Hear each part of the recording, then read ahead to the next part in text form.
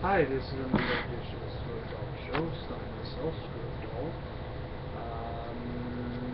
It is a warm start to Sunday.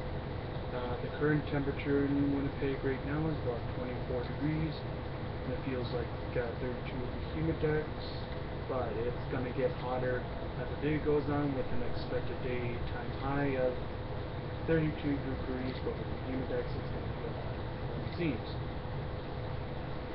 Yeah, let's just get right into our show. Yesterday, the Winnipeg Blue Bombers unfortunately lost a big time to the Edmonton Eskimos, 32 to 3. It seemed like Drew really was doing well in that. Like both offenses and that weren't doing well because it was raining pretty good at the start of the game between the Blue Bombers and the Eskimos. So that kind of played a factor. But the fact of the matter is, it seemed like both teams, special teams, were playing it better. I don't know how many punts were made within that first quarter or whatever. But it's kind of it was kind of getting the game was getting boring at first. But what do you expect? Whatever. Anyways, and then as the game goes on, and then unfortunately for Drew Willie, he had suffered a what was I going to say? Drew Willie had suffered an injury as a result of a high-low hit by the Eskimos, and I don't think right now it doesn't look good. And the two men responsible for that high-low hit and injuring Bombers starting quarterback Drew Willie, the two guys responsible were Edmonton Eskimos Odell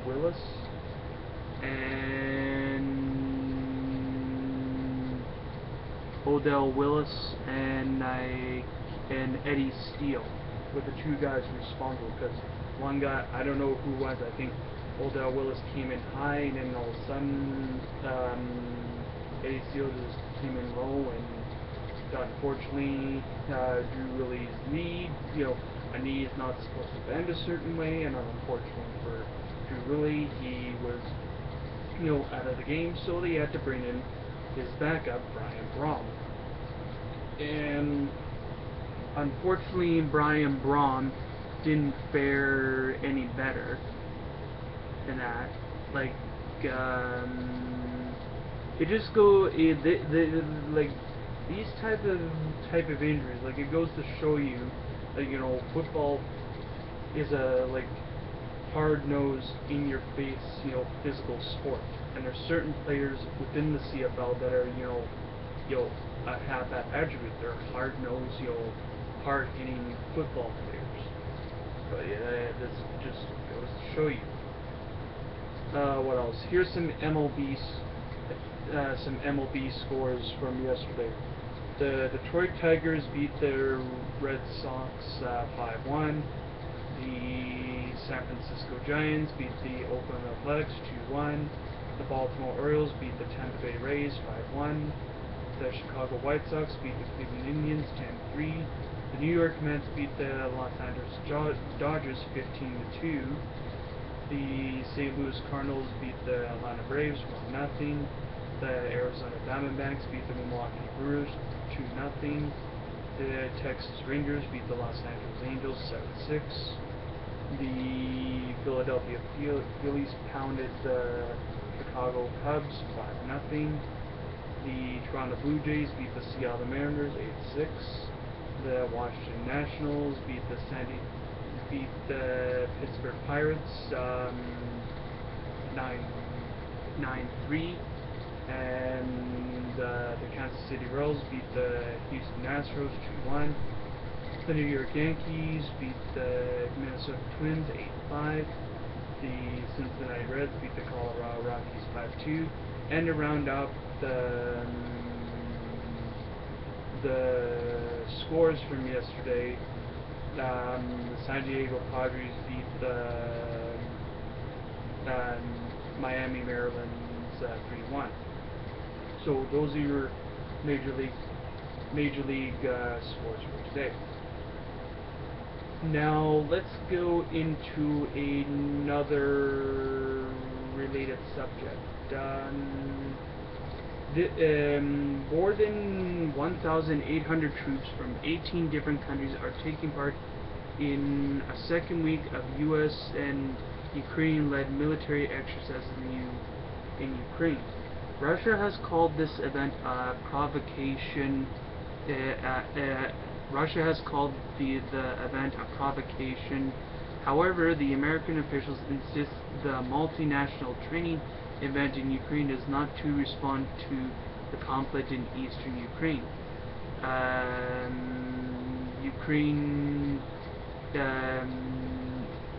Tom I can't pronounce his last name correctly, reports from Ukraine's largest military training base in I can't remember what it is, but anyhow, it goes to show you that like right now, the situation in Ukraine, in eastern Ukraine, still doesn't look good. So it may take something to escalate the situation, but I don't know. You never know with this conflict. And that, what else? Here's another news-related subject.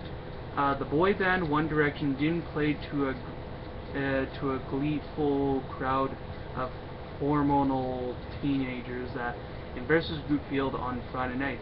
They'd also played a spectacular role in a 29-year-old Winnipeg women's bachelorette party. This is hugely popular English/Irish pop troupe. It was in town on July 24th as a part of its On the Road Again Tour 2015. The tour date announced came months in advance, though giving Loreen, basically the Bachelorette's friends, an ample time to plan something extra special for the bride-to-be.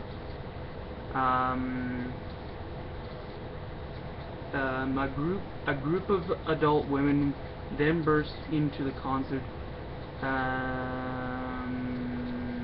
pun-filled One Direction theme sign in hand, and got a comfortable front row seats. Once the music got going, basically it wasn't, in my opinion, like it was a good concert. It was long, but what do you expect? One Direction is a popular, English/Irish pop troupe. What do you expect? Whatever. Anyways, and here in another news-related subject, police have laid charges against a 64-year-old man after a fake bomb threat was called into from a payphone in Winnipeg's Exchange District. The call came in from a payphone in the area of William Avenue and Main Street at about 8:30 a.m. Friday. The caller allegedly told police that a business in the downtown area was going to be bombed out on the weekend, and then hung up abruptly. Police called the phone back, and when no one answered, officers went to the area and managed to find witnesses still on the scene. Investigators soon located and arrested a 64-year-old man in the area who fit witness descriptions. Security guards at the downtown businesses allegedly in danger of being bombed scanned the building and didn't find anything suspicious, police said. At the end of the day, this is an unfounded call, someone just wanting to waste police resources, and it is very frustrating, said Constable Eric Hopley. Constable Eric Hopley said, "I think think officers, when they are able to identify and take certain satisfaction in knowing that at least this time they were able to charge the appropriate person. The suspect was charged with public mischief and remains in police custody."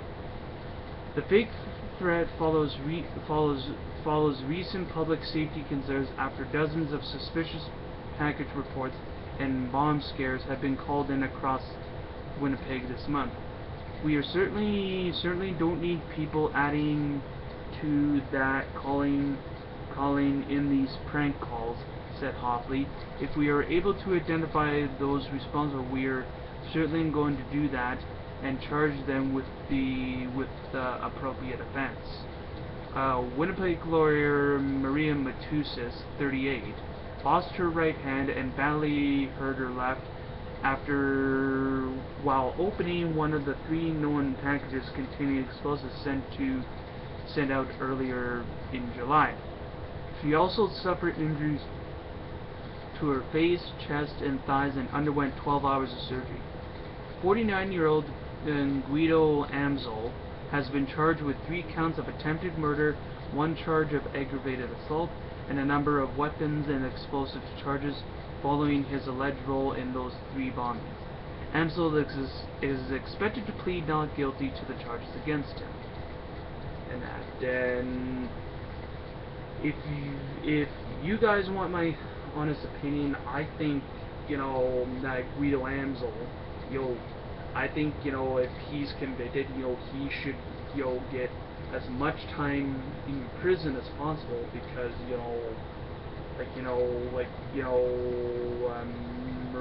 Maria Matusis is now going through a difficult time because, because of Guido Amsel, thank you, man, you really didn't have to resort to, pulling this, child, this, crap in the first place. It could have been, it really could have been all avoided, but, whatever. In another news-related subject, 27-year-old Mark Dumas, guided every year at Big Sand Lake Resort, which is owned by the community. His body was found Thursday morning on a nearby island. As RCMP did not confirm any details Saturday about the incident, but those people in the community said a suspect had been arrested. So, this is really unfortunate that, sometimes, unfortunately, these type of things, happen. Because, some people just, don't, some people just don't deserve to die, and sometimes in brutal ways. But you know what? What happens? Sometimes it happens. What else? Well, tonight the Week 5 of the CFL is capped off with a game between the Saskatchewan Roughriders and the Hamilton Tiger Cats. Hopefully this game does return in Riders' favor. I think the 3 keys to the game for the Riders are good offense, good special teams, good offense, and good defense. And those are my 3 keys to, the Riders potentially winning.